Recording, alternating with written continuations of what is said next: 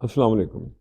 انسان کو اچھی سوچ پہ جو انعام ملتا ہے وہ ایک اچھے عمل سے بھی زیادہ ہے، کیونکہ عملوں میں تو دکھاوا ہو سکتا ہے لیکن سوچ میں نہیں۔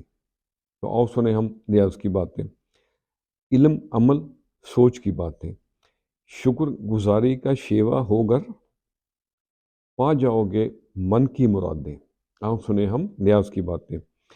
ایک اچھی سوچ کا اجر تو سوچ کی گھڑی کے ساتھ ہی شروع ہو جاتا ہے، ٹک ٹک شروع ہو جاتی ہے۔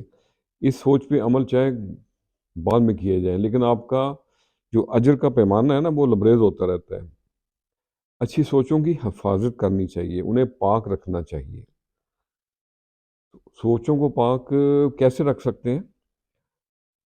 اس کو پاک رکھنا کوئی زیادہ مشکل نہیں ہے، سمپل، اللہ سے ڈریں۔ اللہ سے ڈر کے رہنے والوں کی سوچ ہمیشہ پاک رہتی ہے۔ ایک خوف خدا ہر وقت شامل ہوتا ہے ان کی سوچوں میں بھی،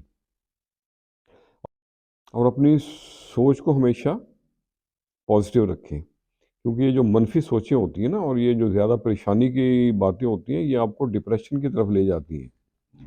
اور یہ منفی سوچیں اور یہ ضرورت سے زیادہ وہم، یہ محبت بھرے رشتوں کو بھی نقصان پہنچا سکتے ہیں۔